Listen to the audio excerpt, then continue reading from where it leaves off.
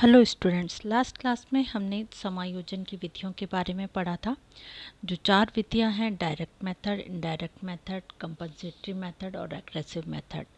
आज हम इसमें जो इनकी इनडायरेक्ट मेथड है, जिसको डिफेंस मैकेनिज्म भी कहते हैं, इनके बारे में डिटेल में पढ़ेंगे। ये साइकोलॉजी में बहुत इम्पॉर्टेंट टॉपिक है और इसके जो विधियों के बारे में आपसे क्वेश्चन में पूछा जाता है, एग्जाम्पल दे दिया जाता है और एग्जाम्पल के द्वारा ये पूछा जाता है ये समायोजन की कौन सी विधि का उदाहरण है। इसलिए इनको समझना बहुत ज़रूरी है और इनमें थोड़ा बहुत माइन्यूटली डिफरेंस है, लेकिन इनको उदाहरणों के द्वारा अगर हम समझें तो हमारा कंसेप्ट क्लियर हो जाता है। तो इसमें इन जो समायोजन की अप्रत्यक्ष विधियां हैं, इनको डिफेंस मैकेनिज्म या रक्षात्मक युक्तियां के नाम से भी जाना जाता है। इसमें फर्स्ट है सब्लिमेशन, शोधन। सब्लिमेशन विधि में व्यक्ति अपनी अनैतिक इच्छाओं की संतुष्टि समाज के स्वीकृत उद्देश्यों के अनुसार करता है।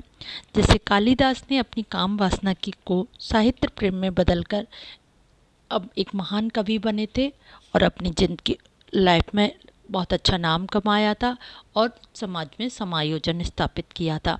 सेकंड है विड्रॉल मेथड, पृथक्करण विधि।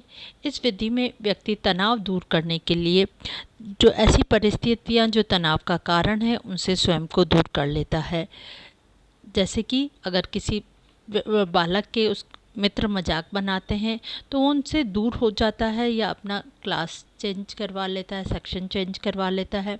किसी बच्चे का क्लास में एडजस्टमेंट नहीं हो पा रहा, वहाँ के टीचर उसको सही नहीं लग रहे या उसके वहाँ के क्लास के बच्चे उसका मजाक बना रहे हैं, तो वो अपना सेक्शन चेंज करवा लेता है या बहुत ज़्यादा हो तो अपना स्कूल चेंज करवा के समायोजन स्थापित करता है।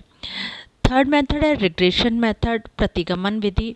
इसमें बालक समायोजन के लिए कम उम्र के व्यक्ति के समान, अपने छोटे भाई बहनों के समान, जो घर में छोटे बालक हैं उनके समान व्यवहार करने लगता है। जैसे माता पिता का ध्यान आकर्षित करने के लिए बालक घुटनों पर चलने लगता है, छोटे बच्चों की तरह चीखना चिल्लाने लगता है, जिससे उस पर ध्यान दिया जा सके। नेक्स्ट है आइडेंटिफिकेशन, आत्मीकरण। इसमें व्यक्ति अपने आदर्श के अनुसार अपना जो उसका आइडल है उसके अकॉर्डिंग बदलाव लाता है, उसकी पर्सनालिटी की तरह ही अपनी पर्सनालिटी बनाने लगता है। जैसे यंग जनरेशन के बॉयज़ और गर्ल्स अपने पसंद के हीरो हीरोइन या कोई खिलाड़ी है उसके जैसे बनने लगते हैं, उसके जैसे कपड़े पहनते हैं, उसके जैसे हेयर स्टाइल, चलने का ढंग, बोलने का ढंग वो अपनाते हैं और आत्मीकरण करते हैं, संतुष्टि करते हैं और समायोजन करते हैं। नेक्स्ट है डिपेंडेंसी। इसमें यदि कोई व्यक्ति बार बार असफल हो रहा है तो वो दूसरों पर अपने निर्भर हो जाता है, खुद का दिमाग नहीं लगाता, खुद के अकॉर्डिंग नहीं चलकर दूसरे के अकॉर्डिंग चलने लगता है, उसके निर्देशों के अनुसार जीवन यापन करने लगता है। जैसे अगर कोई बार बार असफल हो रहा है तो किसी साधु महात्मा का शिष्य बनकर उनका अनुकरण करने लगता है या अपने पेरेंट्स पर, रिलेटिव्स पर डिपेंड हो जाता है और वो जो उसको बता रहे रहा उसके अकॉर्डिंग काम करने लगता है। नेक्स्ट विधि है रैशनलाइजेशन, औचित्य स्थापन, युक्तिकरण। इसमें व्यक्ति वास्तविक कारण न बताकर ऐसा कारण बताता है जो अस्वीकार नहीं किया जाता। अगर वो असफल होता है तो वो ये नहीं कहता कि मैंने मेहनत कम की थी, बल्कि वो जैसे लोमड़ी को अंगूर नहीं मिले थे तो लोमड़ी ने कहा अंगूर खट्टे हैं, तो वो कह देता है ये मेरे लायक नहीं है इसलिए मैं इसमें छोड़ दिया। तो वो अंगूर खट्टे हैं का बहुत अच्छा स्थापन ये एग्जाम्पल है। फिर है नेक्स्ट दमन, रिप्रेशन।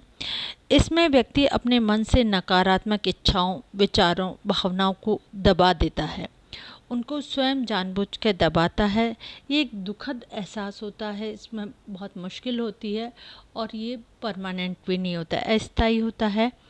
इसके द्वारा वो अपने क्रोध को या वासना को बलपूर्वक दबाता है, लेकिन थोड़े टाइम बाद वो इच्छा दोबारा वो होती है और इससे नेगेटिविटी आती है। इसका ही जस्ट अपोजिट है शमन, सप्रेशन।